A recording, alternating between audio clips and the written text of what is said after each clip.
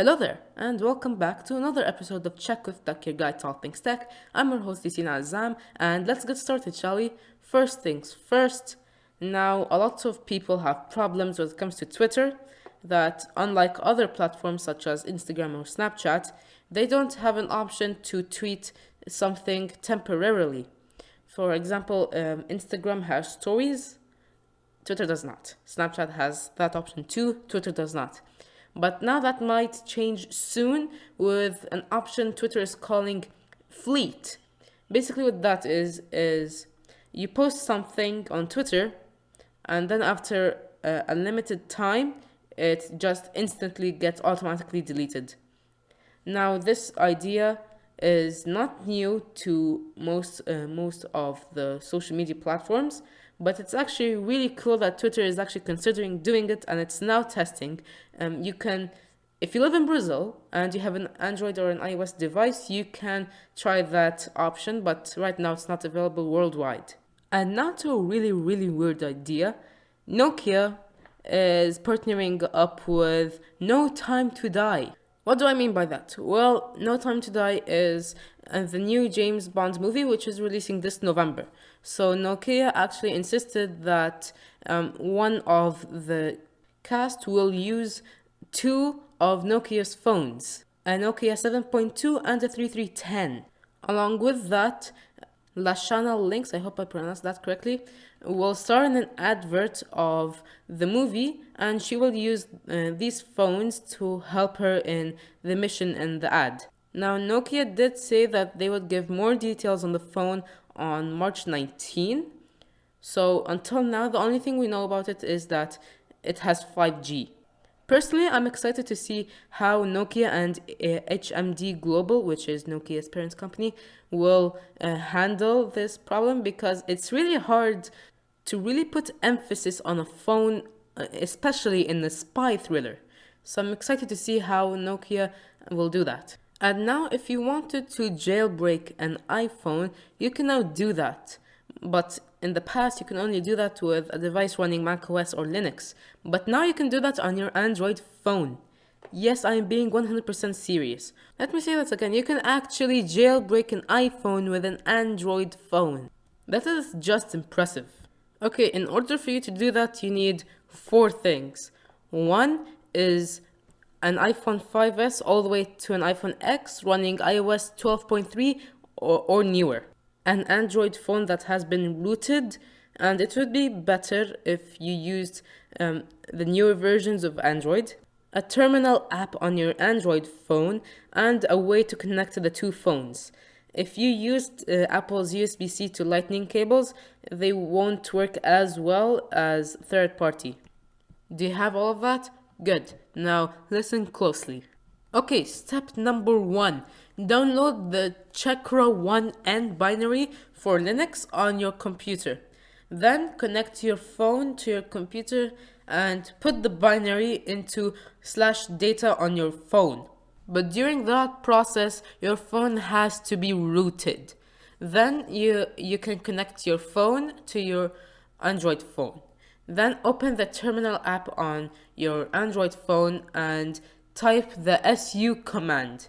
To make sure that your iPhone is connected and is recognized, type ISUSB to check if it is recognized, and the USB ID should be said 05AC, those two dots on top of each other, 1, 2, A and 8. Once you find that ID, put your iPhone into DFU, device firmware upgrade. Now the USB ID should be 05AC, two dots on top of each other, 1227. Then you have to run Chakra 1N in CLI mode with the command /Chakra1N-C. And now your iPhone is supposedly jailbroken. Sometimes it doesn't work at the first try, so you have to retry this method a couple of times. But it's too risky jailbreaking and rooting your phones at the same time. But hey, if you already have a rooted Android phone and you want to jailbreak an iPhone, you can do that. A couple of days ago, OnePlus teased a new project. It's not necessarily a commercial product that is really exciting in my opinion. It's never been done before. It's completely unique and frankly shows the true capabilities of 5G. And that is the OnePlus Snowbots. Okay, what are the Snowbots? Basically, the robots that shoot snowballs. Yes, they are equipped with 5G chips from Qualcomm that actually give you the ability for you to control the robots from your own phone. These snowballs can reach a top speed of 120 miles per hour. That's impressive. And they're going to fight each other for 70 hours non-stop. So if you actually want to participate, it will take place in Lapland, Finland, and it will start at March 9, 12 p.m. GMT, and it will finish on March 12th. Or you can watch what's happening in the live stream. You can even win a trip there by entering a competition on the OnePlus forum. Now, my only negative response is that we were so hyped over nothing. I mean, technically not nothing, they're just robots that shoot snowballs, but we really can't interact or do anything with that except either watch the live stream or play with our phones. I like the fact that they're stressing on the 5G bit, because by far that's not the most interesting part of this project. The interesting part is that they can actually shoot at 120 miles per hour. But nonetheless, this shows that OnePlus really has a big community that could get hyped over for nothing. Now to get on to some real news, Oppo is joining the smartwatch business with its official series called, get this, the Oppo Watch. That is a really original name.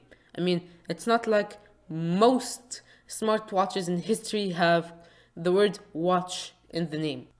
You have the Galaxy Watch, the Apple Watch, even the Xiaomi Mi Color Watch. But till now, we really don't know any specs of it. Yeah, it's going to be announced at the date of this recording today, actually.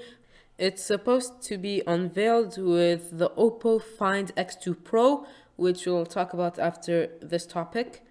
And I mean, so far, the only thing we have is the teaser image that they tweeted.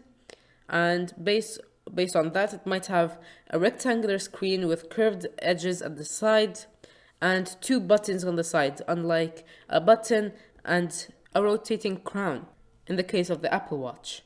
I mean, it's going to be hard to compare the looks between this watch and the Apple Watch because now there are just too many clones. So Oppo is actually trying to do something a little bit more different, a little bit more unique. I mean, definitely not as different as some flagship smartwatches, but it will be interesting to see how that will work out. Now let's go to the Find X2, potentially like the OnePlus 8. The X2 Pro actually has a hole punch cutout instead of a pop-up selfie camera on the predecessor, the Find X. So it's really weird to see this trend that people are actually downgrading from pop-up selfie cameras all the way to hole punch cutouts. Because if you ask me, I don't care about water or dust resistance. I just want all screen and no interruptions at all. That's why I hate notches. It comes in 2 colors and a half, but I'll get to that. Black ceramic and orange vegan leather with a little rose gold frame. And the half is actually China, has a gray vegan leather. So that's only available in China. It has a Snapdragon 865 with 5G, 12 gigs of RAM, 512 gigs of storage, an in-display fingerprint reader, a 6.7-inch Quad HD Plus display with 120Hz refresh rate, which is slightly better than the Galaxy S20 Ultra because it only has the FHD Plus. It has a 4260 mAh battery with Super VOOC 2.0 charging, which is 65 watts in the box too.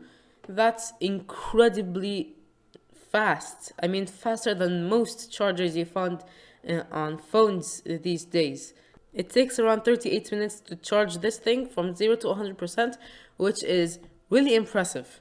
three cameras on the back, a 13 megapixel f3.0 telephoto camera with a 10 times hybrid zoom and 5 times optical zoom, a 48 megapixel f1.7 main camera, and a 48 megapixel f2.2 ultra wide camera with 120 degrees field of view. And then you have a 32 megapixel f2.4 selfie camera. Okay, looking at the design of the phone itself, it looks pretty interesting, but not the actual design, but the choice of that design is pretty interesting. I mean, on the back, it's really just plain regular.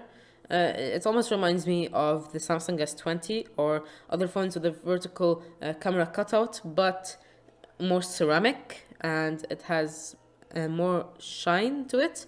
And on the front, it's, what do you expect? A screen with very little bezels and a really impressively small hole punch cutout, which I think is even smaller than the Galaxy S20 Ultra. But what did get me excited about this phone is the 65 watts charging brick in the box.